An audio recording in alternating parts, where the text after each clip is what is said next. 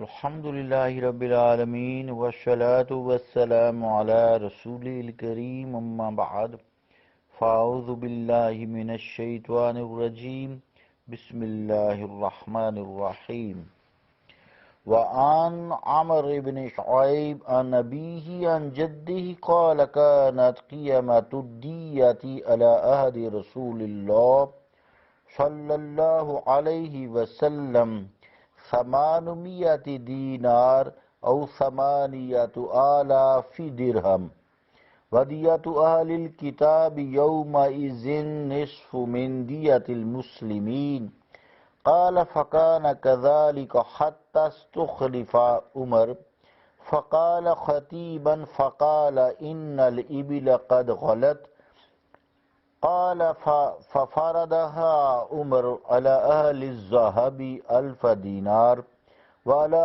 أهل الورق 12,000 وعلى أهل البقر 100 بقرة وعلى أهل الشاء 2,000 شاة وعلى أهل الخلل 100 خلة قال وترك دية أهل الذمة لما يرفعها فيما رفع من الدیہ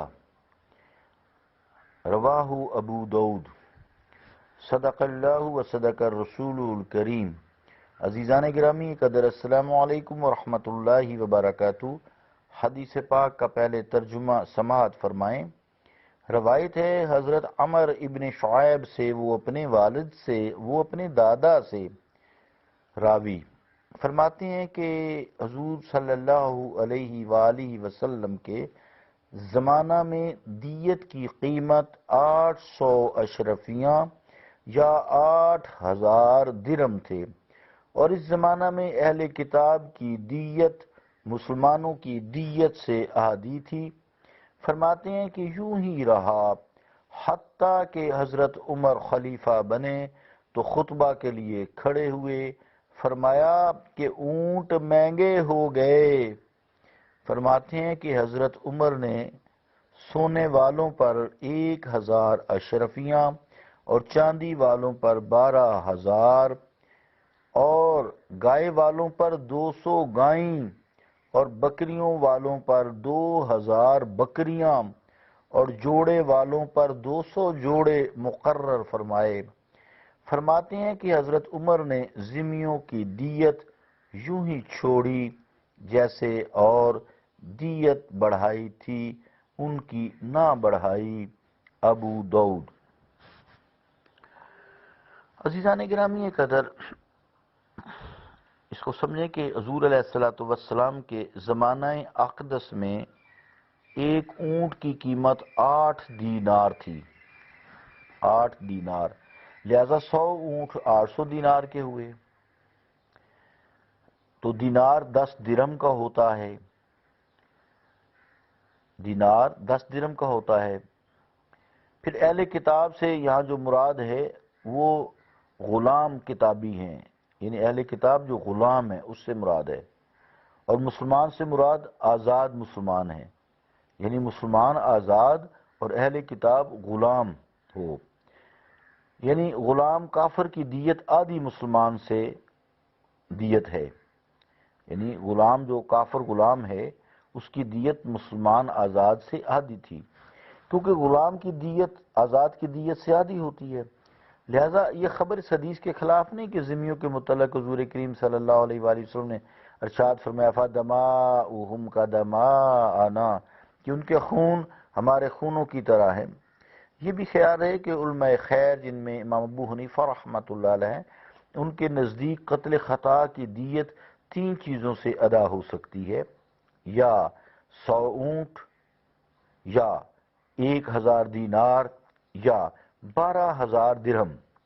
امام شافعی رحمۃ اللہ علیہ اور ان کے ہم نوا علماء خیر کا پہلا قول تو یہی تھا، مگر ان کا دوسرا قول یہ ہے کہ دیت میں اصل تو اونٹ ہے، اصل تو اونٹ ہے، باقی درہم دینار اونٹ کی قیمت کے برابر ہوں گے۔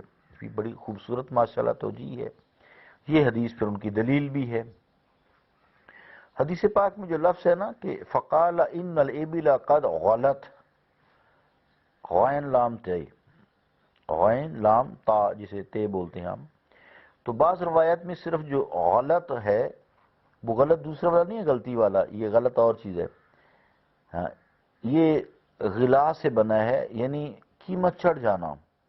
اس لیے مہنگی چیز کو غالی اور سستی چیز کو رخیص کہتے ہیں. حضور علیہ الصلوۃ والسلام کے زمانہ سے اب اونٹوں کی قیمت زیادہ ہو گئی. تو عمر بن شعیب کے دادا عمر ابن عاص ہیں،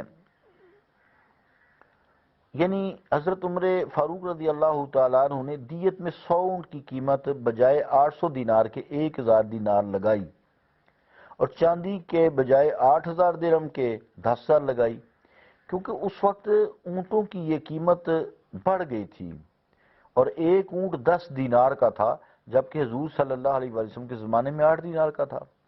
تو 120 درہم، ٹھیک ہے نا، ایک اونٹ 10 دینار کا یا 120 درہم کا، کیونکہ جو درہم ہے وہ 10 دینار 10 درہم کا ہوتا ہے، ایک دینار اور 10 درہم برابر ہوتے ہیں، لہذا حدیث میں تعارض نہیں. پھر درہم بھی مختلف قیمت کے ہیں. خیال رہے کہ بعض علماء خیر کے ہاں، اماموں کے ہاں فرمایا کہ دیت میں 100 اونٹ واجب ہیں، اور اگر دینار یا درہم سے دیت دینا ہے تو جو اس وقت کی 100 اونٹ کی قیمت ہوگی وہی دی جائے گی. کچھ علماء خیر فرماتے ہیں کہ دیت اونٹ سونے چاندی ادا کی جائے گی، یا 100 اونٹ دیے جائیں، یا 1000 دینار دیے جائیں، یا 10,000 درہم دیے جائیں. امام مالک رحمہ اللہ کے ہاں حکم یہ ہے کہ اگر قاتل دیہاتی ہے، جانوروں والا ہے، تو 100 اونٹ دلوائے جائیں. یہ بھی بڑی اچھی توجیہ ہے.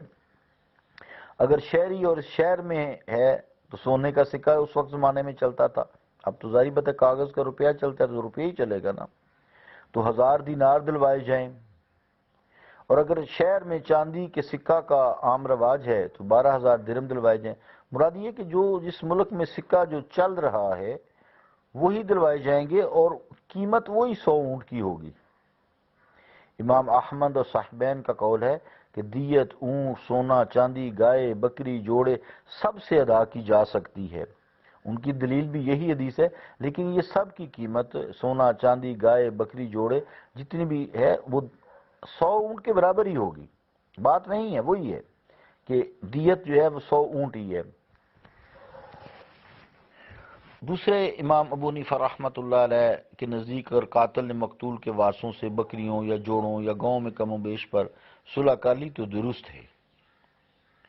معافی بھی تو ہے نا، تو وہ درست ہے. کم و بیش پہ اگر صلح ہو گئی ہے، جس سے آج کل جہاں ہمارے ہوتا ہے، تو وہ درست ہے. صاحبین کے ہاں یہ درست نہیں ہے. اب ذمیوں کی دیت کے بارے میں وہی 400 دینار یا 4000 درہم، وہی اس حساب سے ذمی کی دیت چاندی سے مسلمان کی دیت سے تہائی ہوگی. یہی علماء خیر کا قول ہے کہ ذمی کی دیت مسلمانوں کی دیت سے تہائی ہے. یہاں ذمی سے مراد جو ہے جو وہ کافر یا اہل کتاب جو مملکت اسلامیہ میں رہتا ہے. ہمارے ہاں جو مسلمانوں ذمی دونوں کی دیت برابر ہے، وہ حدیث وہی دلیل ہے کہ فَدَمَاؤُهُمْ كَدَمَاؤُنَا، کہ ان کے خون اور ہمارے خون برابر ہیں، یعنی مسلمانوں اور ذمی کافروں کے خون و مال کا یکساں حکم ہے. اس لیے اگر کوئی مسلمان ذمی کافر کا مال چوری کرے تو اس کا ہاتھ کاٹا جائے گا. اللہ رب العالمین ہمیں دین کو سمجھنے کی توفیق عطا فرمائے. صلی اللہ تعالی علی رسول خیر خلقہ محمد وعلی آلہ واصحابہ اجمعین برحمتک یا ارحم الراحمین.